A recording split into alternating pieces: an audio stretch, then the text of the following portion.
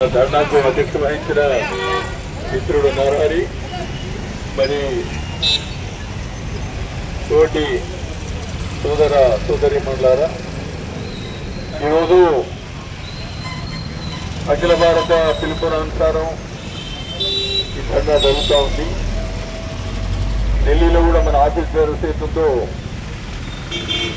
ఈ నిరసన జరుపుతూ ఉన్నారు.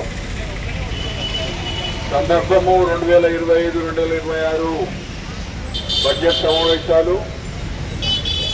బడ్జెట్లో ఈపీఎఫ్ పెన్షనర్స్కు సంబంధించిన సమస్యలపైన కూడా ఈ ప్రభుత్వము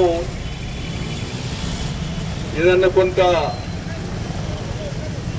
మన ఖాతాలు కూడా ఏమైనా ఇస్తుందా, కోర్పస్గా మన ఇస్తుందా అనే ఒక ఆలోచన, ఒక కోరికతో మనం ఆ ధర్నా నిర్వహిస్తూ ఉన్నాం. సరే, దీనికి ప్రతిపక్షాల పార్లమెంటు సభ్యులు కానివ్వండి, లేక అధికార పార్లమెంటు సభ్యులు కానివ్వండి, వాళ్ళ యొక్క సహాయం ఏతుందో కోరుతూ ఉన్నాం. అయితే ఈ సహాయం ఏతుందో గత 14 సంవత్సరాలుగా మనం కోరుతూనే ఉన్నాం. అది అధికార పార్టీ ఒకసారి కాంగ్రెస్ ఉండొచ్చు, ప్రతిపక్ష పార్టీ బీజేపీ ఉండొచ్చు. బీజేపీ ఈరోజు అధికార పార్టీ, కాంగ్రెస్ ఏతుందో ప్రతిపక్ష పార్టీ. ప్రతిపక్షంగా ఉండి అధికారంలోకి వచ్చి 3వసారి ప్రధానమంత్రి అయిన మోదీ గారు 2014 ఎన్నికల్లో మనకిచ్చిన వాగ్దానం ఏతుందో ఇప్పటికీ నిలుపుకోలేకపోతా ఉన్నాడు. నిలుపుకోవడం అనే అంశము అసలు ఆలోచనలో ఉందా? అసలు మనం అటువంటి వాగ్దానం చేశామా లేదా అనే అంశము కూడా ఈరోజు పాలకపక్షంగా ఉన్న పార్టీలో అటువంటి ఆలోచన ఏతుందో ఉన్నట్టు మనకు కనపడడం లేదు. అయితే మన ఉద్యమం దాదాపు 15 సంవత్సరాలుగా దేశవ్యాప్తంగా నిర్వహిస్తూ ఉన్న పరిస్థితి ఉంది. మనము 2013లో అఖిల భారత స్థాయి సదస్సు నిర్వహించాం. దాంట్లో మొట్టమొదటిసారిగా అఖిల భారత స్థాయిలో ఈపీఎఫ్ పెన్షన్ సంబంధించిన కోరికల పత్రం ఏతుందో మనం ఆ రోజు ఉన్న కార్మిక శాఖ మంత్రికి కానివ్వండి, లేక ప్రావిడెంట్ ఫండ్ కమిషనర్ కానివ్వండి ఇవ్వడం జరిగింది. సరే, దానిపైన కొన్ని మనం సాధించుకోగలిగాం. ఇది కమ్యూటేషన్ ఆఫ్ పెన్షన్ కానివ్వండి, వేటేజ్ కానివ్వండి. సరే, కనీస పెన్షన్ అంతవరకు 10 రూపాయలు 5 రూపాయలు ఉండేది, దాన్ని కొంత పెంచి కనీస పెన్షన్ 1000 రూపాయలతో చేయడం ఇవి జరిగాయి. ఆ రోజుల్లో 1000 రూపాయలు ఇచ్చినప్పుడు కొత్తగా అధికారులకు వచ్చిన బీజేపీ పార్టీ దేశవ్యాప్తంగా ప్రావిడెంట్ ఫండ్ నిధుల యొక్క ఖర్చులతో పెద్ద ఎత్తున ప్రచారం చేసుకుంది. మేము ప్రభుత్వం రాగానే ఈపీఎఫ్ పెన్షనర్స్ 1000 రూపాయలు చేశాము. అదే వెంకయ్య నాయుడు గారు రవీంద్ర భారతిలో మాట్లాడుతూ మాకు 1000 రూపాయలు ఏం కొరగావని తెలుసు, అయినా గుడిలో మెల్లగా అవుతుందో 1000 రూపాయలు ఈరోజు ఇస్తా ఉన్నాము, తప్పకుండా వాటిని సమీక్షిస్తాము, సమీక్షించి వాటిని ఎంతుందో పెంచినందుకు ప్రయత్నిస్తామనేది కూడా చెప్పడం జరిగింది.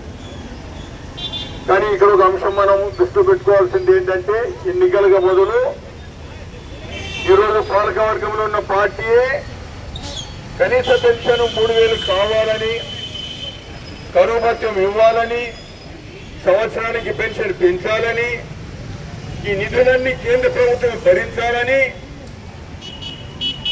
ఆ రోజున్న చెవడికర ఇంకోడు అందరూ వాగ్దానాలు చేశారు. కానీ అదేదో సాగుతున్నట్టు ఎరదాటి వరకు 7 మల్లన్న, తర్వాత 3 మల్లన్నట్టు అధికారంలోకి వచ్చిన తర్వాత అసలు మన విషయమే ఎత్తుకోవడం లేదు మిత్రులారా. ఈ పరిస్థితి అయితే ఏమంటే అసలు వాళ్ళకు ఉంటే కదా, ఎందుకంటే ప్రతి సంవత్సరం మనం బడ్జెట్ సమావేశాలప్పుడు ధర్నాలు నిర్వహిస్తూ ఉన్నాం. దాంతోపాటు అప్పుడప్పుడు పార్లమెంట్ సమావేశాలప్పుడు కూడా ధర్నాలు నిర్వహిస్తూ ఉన్నాం. దేశవ్యాప్తంగా నిరసనలు వ్యక్తపరుస్తూ ఉన్నాం. మరి ఎక్కువ లేక మేము ఇచ్చిన వాగ్దానం నిలుపుకోవాలంటే దానికి ఏదో విధంగా ఒక రెస్పాన్స్ అనేది, స్పందన అనేది ఉండాల. కానీ అటువంటి స్పందన ఏతుందో ఈ ప్రభుత్వం నుంచి కనపడలేదు మిత్రులారా. అందుకొరకు ఈరోజు మన ముందు చాలా పెద్ద గురుతరమైన బాధ్యత ఉంది. గురుతరమైన బాధ్యత మనం ఇంతవరకు చేసిన కార్యక్రమాలను సమీక్షించుకోవాల్సిన అవసరం ఉంది.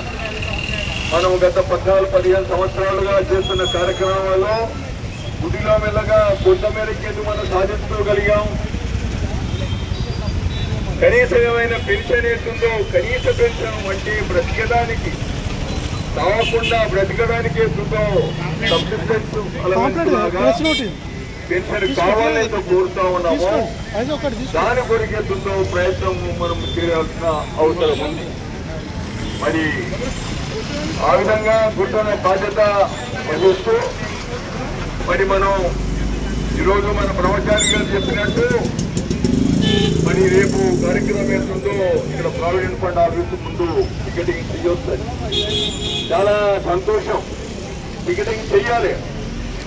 కానీ ఆయనే చెప్పారు దీని యొక్క జోన్ ఆఫీస్ అవుతుందో కొత్తపేట ఏదో ఉంది, హైటెక్ జోన్ లో ఉంది. అది అక్కడ వెళ్ళడమే చాలా కష్టం. నేను 2-3 సార్లు అవుతుందో ప్రయత్నించాం. కానీ అక్కడ నిరసన కానీ ఇది కానీ తెలిపే అవకాశం కూడా లేకుండా అవుతుందో అక్కడ ఆఫీసు పెట్టుకున్నాం.